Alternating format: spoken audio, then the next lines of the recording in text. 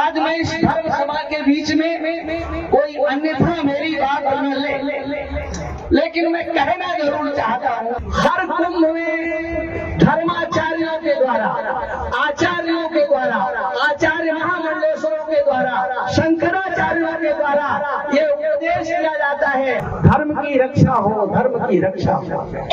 और हमारे धर्म की रक्षा के लिए महापुरुषों ने बहुत कुछ किया है, किंतु मैं एक निवेदन करना चाहता हूँ कि हमारे सनातन धर्म की रक्षा केवल उपदेश मात्र से नहीं हो सकती है, उपदेशकों के द्वारा नहीं, हमारे मानव जाति के संस्कारों के रचयिता, धर्म के रक्षण का संरक्षण का उपदेश देने वाले मनु जी महाराज के द्वारा ये बात कही गई, एक देश प्रश्नस्य सगाधा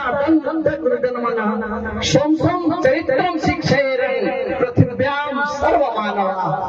जो भी अपने को अग्रज समझते हैं, समाज के अग्रज श्रेष्ठ अपने को समझते हैं, मनु जी महाराज के द्वारा कहा गया, अगर तुम्हें किसी को उपदेश करना है तो वाणी से नहीं, अपने चरित्र के द्वारा आप उपदेश कीजिए। इसलिए आवश्यकता है चरित्र के द्वारा, अपने आचरण के द्वारा, अपने व्यवहार के द्वारा। और ये जो चतुर्थ आश्रम है, इस चतुर्थ आश्रम की तो सबसे बड़ा आचरण है, क्योंकि श्रुति कहती है त्यागे नहीं के अमृतत्व मानस। सन्यासी के पास अगर त्याग का बल नहीं है तो वह समाज की सेवा क्या, अपनी भी ढंग से सेवा नहीं कर सकता है, राष्ट्र की सेवा की तो बहुत ऊंची बात है। इसलिए जो समाज में धर्म की रक्षा करने के लिए आगे आए हैं, उन्होंने सर्वस्व का बलिदान किया है। उपदेश करने मात्र से नहीं, उपदेश तो होता है।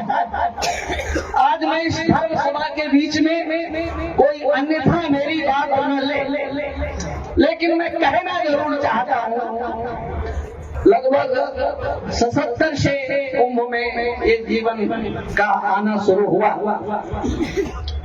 घटनाएं हो रही हैं,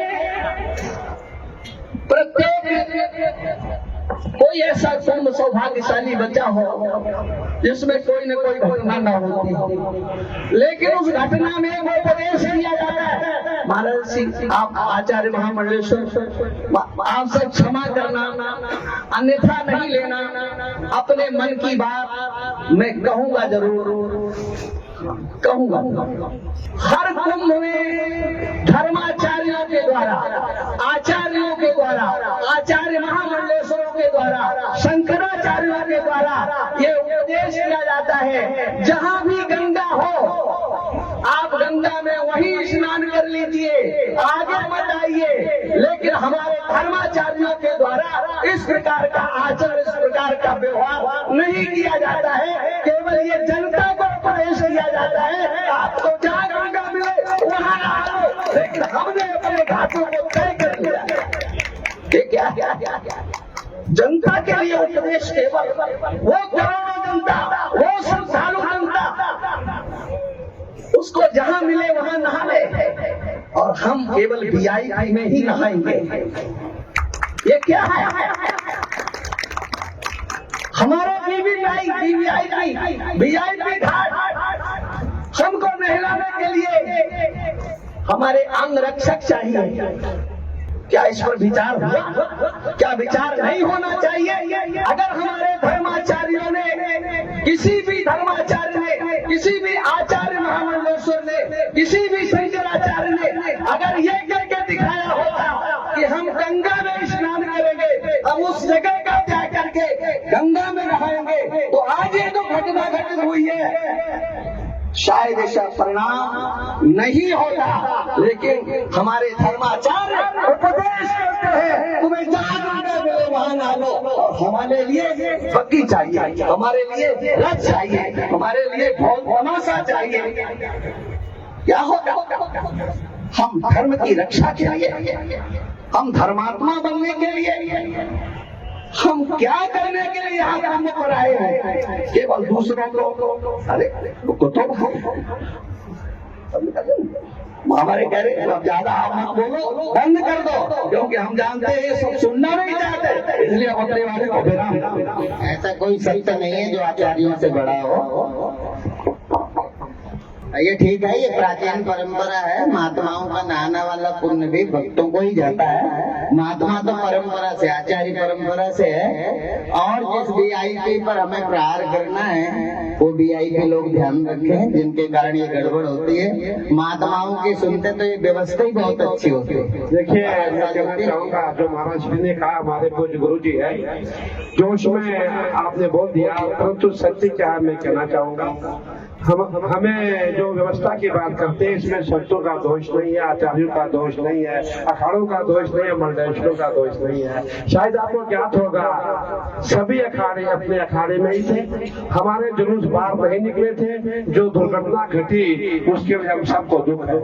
मैं कहना चाहूंगा सर्वप्रथम हमारे जो मेला कमिश्नर, मेला डीआईजी घाट पे थे और एक भीड़ आती है, ऐसी भीड़ आती है जिसको रोकने का प्रयास किया जाता है। शाम के रात के 2 बजे थे और सभी ने रोकने का प्रयास किया। हमारे मेला कमिश्नर ने माइक उठा के कहा रुक जाओ रुक जाओ रुक जाओ, थोड़ी भी दुर्घटना घट सकती है, परंतु भीड़ ने नहीं माना। उसके पश्चात हमारा जो मेला डीआईजी है उन्होंने पूरा प्रयास किया। अब देखिए जब भीड़ आती है, हमें अनुभव है, हमने बहुत मेले किए हैं और हम हर मेले में पद अधिकारी रहे हैं, उन अखाड़ों के पद अधिकारी होते हैं और हमने देखा है जब भीड़ आगे बढ़ती है उसको रोका नहीं जा सकता। पुलिस डंडा नहीं चला सकती। अगर पुलिस डंडा चलाएगी उस समय क्या हो सकता है आप भी जानते हैं, भी जानते हैं। किसी सांप पर डंडा चलाया जा सकता है, न किसी गृहस्थी को डंडा चलाया जा सकता है। और उस समय पुलिस का प्रयास रहता है कि वो जैसे भी हो सके नमन करके, प्रणाम करके, रोम से सबको पीछे करना चाहती थी, परंतु भीड़ नहीं रुक पाई। उस समय क्या होता, हमारे घाट में सैकड़ों की संख्या में श्रद्धालु सोए हुए थे और हमारे डीआईजी जो मेरा डीआईजी उसने कहा उठो जागो, अब सोने का समय है, कोई भी दुर्घटना हो सकती है, आप उठ जाए पीछे से